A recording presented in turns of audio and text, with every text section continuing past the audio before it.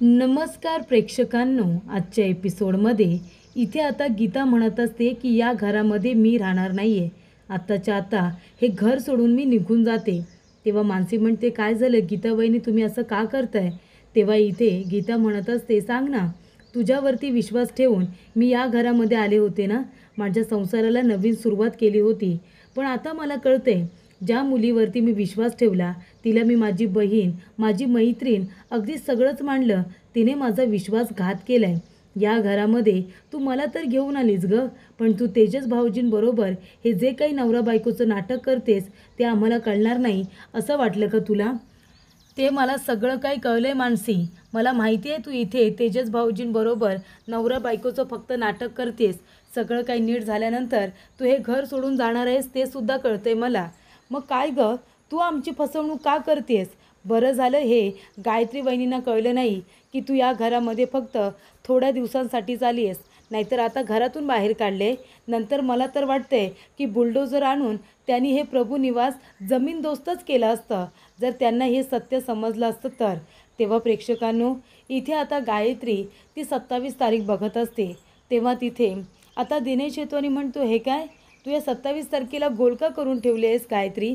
तेव्हा गायत्री म्हणते, बाप्पा बाप्पा येणार आहेत ना त्या दिवशी, बाप्पांचं आगमन आहे म्हणून मी त्याच्यावरती असा राऊंड करून ठेवला आहे.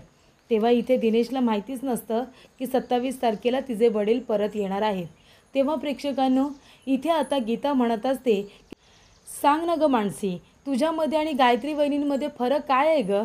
त्यांनासुद्धा हे कुटुंब नकोस आहे, त्यांनासुद्धा आपल्याला धक्के मारून घरातून बाहेर काढले आहे आणि तुलासुद्धा हे कुटुंब नकोच आहे. तूसुद्धा हे घर सोडून निघूनच जाणार आहेस ना. मग त्या मानाने गायत्री वहिनी समोरासमोर तरी लोकांना सांगतात की आम्ही त्यांना आवडत नाही म्हणून, बरोबर ना? आणि तू तर इथे आता सगळ्यांना जीव लावलास आणि अचानकपणे सगळ्यांना सोडून जाणार आहेस. मला माझ्या कुटुंबाची फसवणूक बघवणार नाही. मी आत्ताच हे घर सोडून निघून जाते आणि या घरामध्ये तू मला विश्वासाच्या जोरावरती घेऊन आली होतीस ना. पण एक गोष्ट लक्षात ठेव मानसी, कुठल्याही इथे जर पाया मजबूत नसेल ना, जर विश्वासच नसेल तर तो सुखाने संसार होत नाही. आणि तेजस भाऊजींचं चुकलं, मी नाही म्हणत नाही आहे, पण त्यांनी गुडघ्यावरती बसून तुझी माफी मागितली ना आणि सगळं जे केलं, त्यांना जेवढं प्रायश्चित्त करायचं होतं सगळं त्यांनी केलं आहे. मग तरीसुद्धा तू त्यांना अजून माफ केलेलं नाही आहेस. एवढा का त्यांचा राग करतेस तू? त्यांच्याकडून चुका झाल्या मान्य करते मी, पण म्हणून इतका तिरस्कार? एवढं करूनसुद्धा तू त्यांना माफ करत नाही आहेस. तेव्हा इथे आता मानसी म्हणत असते, गीता वहिनी, मला विचार करायला थोडा वेळ हवा आहे. ती म्हणते, देते मी तुला वेळ. विचार करायला वेळ हवा आहे ना? तेजस भाऊजींना माफ करण्यासाठी आणि हे नातं स्वीकारण्यासाठी मी तुला वेळ देणार आहे. आणि जर असं नाही झालं तर स्वतः मी हे घर सोडून निघून जाईन मानसी, हे मी तुला आत्ताच सांगते. तेव्हा सुनंदा येते आणि दरवाजा नॉक करते. ती म्हणते, अगं दरवाजा तरी उघडा. तेव्हा इथे मानसी म्हणते, गीता वहिनी प्लीज कुणालाच काही सांगू नका. आणि ती तिच्या हातातून बॅग घेते आणि ती बाजूला ठेवून देते. तेव्हा सुनंदा येते आणि म्हणते, काय गं, काय चाललं होतं तुमचं? तेव्हा गीता म्हणते, खूप पसारा होता ना, तो आवरत होतो, बाकी काही नाही. तेव्हा सुनंदा म्हणते, अगं आता कृष्ण जन्माष्टमी आहे, तिकडून आता सगळी भांडी वगैरे पूजेची आणायला नको का? आणि इथे आता दही पोहेसुद्धा बनवायचे आहेत. खूपच जास्त प्रसाद आवडतो ना तेजसला, त्याच्या आवडीचे दही पोहेसुद्धा बनवायचे आहेत. तेव्हा इथे मानसी म्हणते की मावशी, या वेळेला मी आता प्रसाद बनवला तर चालेल का? दही पोहे मी बनवते. तेव्हा इथे प्रेक्षकांनो, सुनंदा म्हणते, अगं चालेल ना, मागच्या वेळेला जेव्हा दही पोहे बनवले होतेस तेव्हा तू भाडुत्री होतीस, पण आता या घरची सून आहेस, त्याच्यामुळे तू नक्कीच आता प्रसाद बनवू शकतेस. तेव्हा गीता म्हणते, आई, खूप वर्षानंतर मी सुद्धा इथे कृष्ण जन्माष्टमी निमित्त आहे ना, तेव्हा आता मी प्रसाद बनवते. ह्या वेळेला नैवेद्य वगैरे सगळं मी बनवणार, कारण मनापासून बनवेन ना, म्हणून म्हणते. तेव्हा इथे गीताने बोलता बोलता मानसीला टोमणा दिलेला असतो. तेव्हा आता पूजेची भांडी आणायची असतात. सुनंदा म्हणते, मी घेऊन येते. तेव्हा मानसी म्हणते, नाही नको, तुम्ही नका जाऊ मावशी, मी जाते आणि पूजेची भांडी घेऊन येते. तेव्हा इथे आता मानसी बाहेर आलेली असते. ती म्हणते, गीता वहिनी, मला मान्य आहे मी खोटं बोलले, पण हे सगळं मी चांगल्या मनाने केलं होतं. त्यानंतर प्रेक्षकांनो, इथे आता आभा आणि तेजस दोघेजण आलेले असतात. तेव्हा तेजस म्हणतो, काय झालं, झाली का सगळी तयारी? तेव्हा इथे मानसी म्हणते, हो झाली आहे सगळी तयारी. तेव्हा तेजस म्हणतो, पण काय झालं, तुमचा चेहरा का असा झाला आहे, सगळं काही ठीक आहे ना?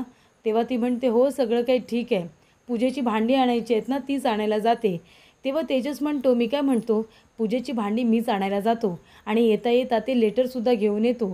त्याच्यामधला मजकूर आपल्याला कळला ना तर आपल्यासाठी गोष्टी सोप्या होऊन जातील. तेव्हा मीच जातो आतमध्ये. तेव्हा मानसी म्हणते, नाही नको राष्ट्रहित नका जाऊ, आज पूजा आहे घरामध्ये, उगाच तमाशा नको. पण इथे तेजस हट्ट करतो आणि तोच आता घरामध्ये येतो. त्यानंतर इथे आता स्वयंपाकाला दिनेशने सुरुवात केलेली असते. तेव्हा इथे छाया म्हणत असते, अहो जीजू कशाला मला कांदा कापायला सांगताय, आपण एक काम करूया ना, बाहेरूनच ऑर्डर करूया ना सगळं जेवण, अहो डोळ्यातून पाणी येते माझ्या. तेव्हा दिनेश म्हणतो, अगं बाहेरचं खाऊन खाऊन काय आजारी पडायचं आहे का तुला, दे बरं कांदा चिरून मला, मी इथे सगळा स्वयंपाक बनवतोय. तेव्हा इथे आता विनोद बाहेर आलेला असतो. तेव्हा तेजस म्हणत असतो, गुड मॉर्निंग, आणि तो सरळ आता रूममध्ये लपून बसतो. तेव्हा प्रेक्षकांनो इथे आता चोर चोर म्हणून तेजसच्या मागे विनोद जातो. तेव्हा मानसी घाबरते, ती म्हणते राष्ट्रहित. तेव्हा इकडे सगळेजण बाहेर आलेले असतात. तेजसला आता पकडलेला असतो. तेव्हा तेजस म्हणतो, ए सोड सोड मला, सोड, माझ्या घरामध्ये यायला मला कसलेली चोरी आहे. तेव्हा विनोद म्हणतो, दीदी हा बघा, हा चोरावाने आतमध्ये घुसला होता चोरी करायला. तेव्हा इथे आता गायत्री म्हणत असते, ए तेजस तू इथे काय करतोयस रे, चोरावानी का घुसलास आमच्या घरामध्ये, आणि तसंही तुला तुझा वाटा दिलाय ना, तुझा कोपरा दिलाय ना तुला, मग तरीसुद्धा इथे काय आहे तुझं. तेव्हा तेजस म्हणत असतो की हे बघा, हे घर माझंसुद्धा आहे आणि मी कधीही या घरामध्ये येऊ शकतो. तेव्हा गायत्री म्हणते, नाही, तुझा वाटा तुला मिळाला आहे, मग तू या घरामध्ये आता येऊ शकत नाही, कळलं ना तुला. तेव्हा इथे आता लगेचच लकी चांप आवाज देते. ती म्हणते, राष्ट्रहित लवकर बाहेर या. तेव्हा इथे तेजस बाहेर येतो. तेव्हा विनोद पुन्हा चोरचोर करत त्याच्या मागे येतो. तेव्हा मानसी म्हणते, कशाला गेलात तुम्ही आतमध्ये. तेव्हा प्रेक्षकांनो इथे आता विनोद म्हणतो की ह्याने ना चोरी केले. चोर कुठला चोर. तेव्हा गीता म्हणते, अहो सासूबाई समजावा तुमच्या मुलाला. तेव्हा सुनंदा म्हणते, अगं सुनबाई असं काय करतेस, तेजस का त्याच्याच घरामध्ये चोरी करेल. तेव्हा गायत्री म्हणते, हो का, मागच्या वेळेला असाच एकदा चोरासारखा घरामध्ये घुसला होता, तेव्हा पैशांची चोरी केलीच होती ना, तेव्हा पोलिसांना बोलवलं होतं मी, माहिती आहे ना. तसंच या वेळेलासुद्धा काहीतरी चोरायलाच आला असेल या घरामध्ये, आणि चोरल्यावाने जे घरामध्ये घुसतात ना त्यांना चोरच म्हणतात. तेव्हा इथे तेजस म्हणत असतो, चोरावाने घरामध्ये घुसलो म्हणजे ते घर माझंसुद्धा आहे, आणि तुम्ही जे म्हणताय की चोरावाने घुसलो, का चोरी करण्यासारखं काय आतमध्ये ठेवलं आहेत का तुम्ही, जी अशी वस्तू जी आम्ही चोरू शकतो, जी चोरण्यासारखी आहे. तेव्हा गायत्री म्हणत असते की तू गप्प बसलास का रे आता, घरामध्ये माझ्या परवानगीशिवाय अजिबात यायचं नाही, कळलं ना तुला. तेव्हा सुनंदा म्हणते, अगं सुनबाई, कृष्ण जन्माष्टमी आहे ना, मग आपली जी इथे सगळी जी भांडी वगैरे आहेत ती आता पूजेसाठी लागतील, तीच घ्यायला पाठवलं होतं त्याला, चोरी करायला नाही. तेव्हा इथे दिनेश म्हणत असतो, हो हो आई हो, अगं तुला जे काही हवं आहे ना ते सगळं आणून देतो ना तुला घरातून, आणि हे बघ तुला जे काही लागेल ना ते मला सांग, माझी मदत हवी असेल ना तुला तरीसुद्धा मला सांग, हा मी सगळी मदत करेन. तेव्हा इथे गायत्री म्हणते, हो हो अगदी बरोबर, करेल ना तो, मदत करेल तुम्हाला, तो येईल तुमच्या बाजूनेच येईल, जा ना जा, आत्ताच जा त्यांच्या बाजूने. तेव्हा इथे आता गायत्री म्हणते, एक गोष्ट लक्षात ठेवा, देवाच्या आड येणार नाही आहे मी, पण कुठलीही वस्तू घरामध्ये घ्यायला यायची गरज नाही आहे. तुमचं जे काही सामान आहे, तुम्हाला जे काही आवडत असेल ते सगळं तुम्हाला बाहेरपर्यंत आणून दिलं जाईल, जे काही हवं आहे ते, पण आतमध्ये कुणीही यायचं नाही. विनोद जा, जाऊन आता पूजेची सगळी भांडी घेऊन ये. तेव्हा प्रेक्षकांनो इथे आता पूजेची भांडी आणण्यासाठी विनोद गेलेला असतो. तो पूजेची भांडी घेऊन येतो आणि इथे गायत्रीच्या हातामध्ये देतो. तेव्हा गायत्री म्हणत असते, हे घ्या सासूबाई, ही घ्या भांडी. तेव्हा इथे सुनंदा म्हणत असते, सुनबाई, अगं इथे प्रथेप्रमाणे आपल्या इथे दरवर्षी कृष्ण जन्माष्टमी साजरी होते. ही भांडी आहेत ना, ही पिढीजात भांडी आहेत, माझ्या सासूबाईंनीही मला दिली होती आणि मी आता माझ्या सुनांना देते, त्याच्यामुळे हा मान आता तुमचा. तेव्हा गायत्री म्हणते, नाही या, ही भांडी वगैरे मी तुम्हाला आणून दिलीत, पण मला पूजा वगैरे करण्यामध्ये अजिबात इंटरेस्ट नाही आहे, अजिबात नको मला हा मान वगैरे. तुमच्या त्या 2 सुना आहेत ना लाडक्या, त्यांना हा सगळा मानपान द्या, मला मान द्यायची अजिबात काही गरज नाही आहे, असं इकडे आता गायत्री म्हणत असते. तेव्हा सुनंदा म्हणत असते की ठीक आहे, म्हणजे हा मान जरी गायत्रीला नको असेल तरी तुमच्या 2 सुना आहेत असं ती म्हणाली ना, आहेतच माझ्या 2 सुना, आणि तुम्ही दोघीजणी ही जबाबदारी व्यवस्थित पार पडाल, मला अगदी बरोबर माहिती आहे, घे मानसी घे. तेव्हा मानसी म्हणते की मावशी, हा सगळा मान आहे ना तो गीता वहिनींचा आहे, त्यामुळे पूजेची भांडी तुम्ही त्यांना द्या, त्या हा मान अगदी व्यवस्थितपणे पूर्ण करू शकतात. तेव्हा इथे प्रेक्षकांनो गीता म्हणते, द्या, आई ही भांडी सगळी तुम्ही माझ्याकडे द्या. तेव्हा गीता मानसीकडे रागाने बघते आणि ती भांडी घेऊन ती आता आतमध्ये निघून जाते. तेव्हा मानसी म्हणते, राष्ट्रहित हे सगळं करायची खरंच काही गरज होती का? हे बघा, शांतपणे ह्या गोष्टी आपल्याला पूर्ण करायच्या आहेत. तुम्ही कशाला बरं गेलात आतमध्ये? आता तुम्हाला माहिती आहे का, गायत्री वहिनी आता अलर्ट होतील.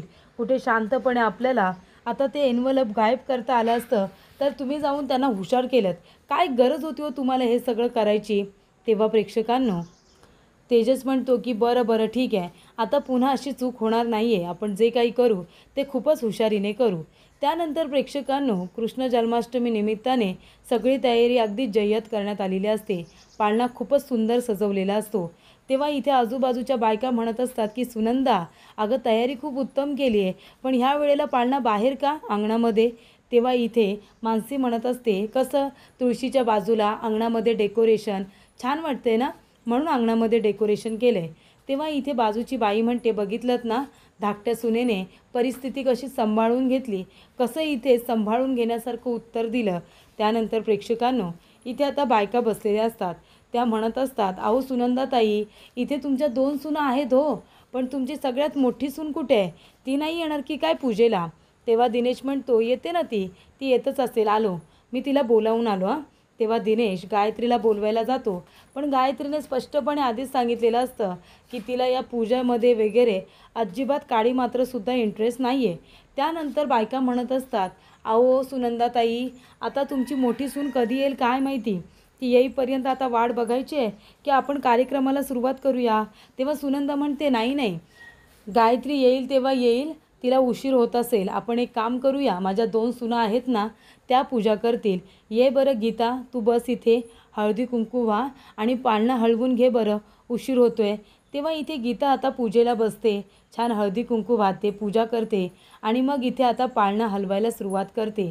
तेव्हा इथे खूपच छान असं गाणंसुद्धा तिथे लागलेलं असतं बाळकृष्णाच्या जन्माचं. आणि मग तिथे आता पाळणा हलवत असताना बायका म्हणत असतात की गीता, आता हा पाळणा हलवलायसा तू, आता 1 वर्षाच्या आत तुम्हीसुद्धा पाळणा हलवा बरं घरामध्ये, लवकरच एक छोटं बाळ तुमच्या घरात येऊ दे. तेव्हा गीता लाजायला लागते. सगळ्या बायका आता मस्करी करत असतात. तेव्हा इथे सुनंदा म्हणत असते की हो हो, तुम्हाला जसं वाटतंय ना ते लवकरच होईल. त्यानंतर प्रेक्षकांनो, इकडे छाया सगळ्या ट्रॉफ्या वगैरे बॉक्समध्ये भरत असते. छाया म्हणत असते, विनोद मी काय म्हणते, ही ट्रॉफी आहे ना, ही आपण आपल्या रूममध्ये ठेवूया का? तेव्हा विनोद म्हणतो, कशाला, काय गरज आहे त्या ट्रॉफीची? ते सगळं सामान आहे फेकून द्यायचं आहे. आपल्याला दीदीने काय सांगितलं आहे, सगळं सामान बॉक्समध्ये टाकून फेकून द्यायचं आहे. तो सगळा भंगार आहे भंगार, त्याच्यामुळे असं बॉक्समध्ये भर, दीदीने बघितल्यानंतर वाटलं पाहिजे मी सगळं सामान भरले म्हणून, तोपर्यंत मी आराम करतो. तेव्हा इथे आता ती डायरीसुद्धा त्याच्या हाती लागते, जी डायरी मानसीने लिहिलेली असते, ज्याच्यामध्ये मानसीने तिला आता काय काय करायचं आहे ते आणि ती तेजसला का माफ करत नाही आहे ते सगळं तिने आता लिहिलेलं असतं. तेव्हा इथे गीता म्हणत असते की मानसी येतेस ना पूजेला? तेव्हा मानसी म्हणते, हो आले ना, आणि ती येऊन आता हात जोडून उभी राहते. तेव्हा आजूबाजूच्या बायका म्हणतात, अगं फक्त हात जोडून आशीर्वाद काय घेतेस? अगं आता तिथे बस, पाळणा तूसुद्धा हलव, आणि आता तुमच्याही लग्नाला 1 वर्ष झाला ना, आता लवकरच तुम्हीसुद्धा आनंदाची बातमी द्या. तेव्हा इथे तेजस आता गप्पच बसतो.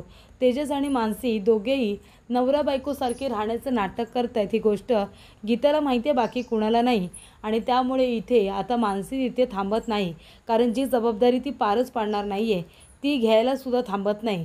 ती सरळ आता रूममध्ये निघून जाते. तेव्हा तेजस म्हणत असतो, लकीच्या मला माहिती आहे तुम्ही पाळणा का नाही हलवला, ही जबाबदारी का नाही घेतली, कारण तुम्ही आता इथे राहणार नाही, तुम्ही निघून जाणार आहात, मला माहिती आहे. त्यानंतर प्रेक्षकांनो, पुढील भागामध्ये गीताच्या हाताला ती डायरी लागलेली असते, ज्याच्यामध्ये मानसीने आता लिहिलेलं असतं. ती म्हणत असते की राष्ट्रहित चुकलेत, मला मान्य आहे, पण राष्ट्रहित माणूस म्हणून खरंच वाईट नाही आहेत, पण मी त्यांना माफ का करू शकत नाही आहे? माझ्या बाबांना लुटायला ते आमच्या इथे आले होते आणि त्यानंतरला जे काही घडलं ते मला आता कळलं आहे. त्यांनी माझी माफीसुद्धा मागितली, पण तरीसुद्धा मी त्यांना माफ करू शकत नाही आहे. याचा अर्थ काय होतं? माझ्यातलं राष्ट्रहितांबद्दलचं प्रेम कमी झालं आहे का? आम्ही इथे नवरा बायकोचं नाटक करतोय हे आता कुणाला कळता कामा नये. त्यानंतर प्रेक्षकांनो, इथे आता गायत्रीला कळलेलं असतं तेजस मानसी नवरा बायकोचं नाटक करतायत. तेव्हा ती म्हणत असते. आता बाहेर आल्यानंतर मानसी म्हणते, तुम्हाला प्रसाद देऊ का? तेव्हा गायत्री म्हणते, नाही नको गं, तू मला आता काही देऊ नकोस, मीच तुला इथे काहीतरी द्यायला आले. आणि तेव्हा गायत्री आता ती डायरी घेते आणि मानसीकडे देत असते. तेव्हा गायत्री म्हणत असते, खरंच खूपच छान आहे तुझी डायरी. तेव्हा आता तिच्या हातामध्ये डायरी बघितल्यानंतर मानसी खूपच जास्त घाबरते आणि ती आपल्या मनामध्ये म्हणते की माझी डायरी गायत्री वहिनीने वाचली तर नसेल ना. आणि त्यामुळे इथे आता मानसीला, तेजसला खूप मोठा धक्का बसलेला असतो.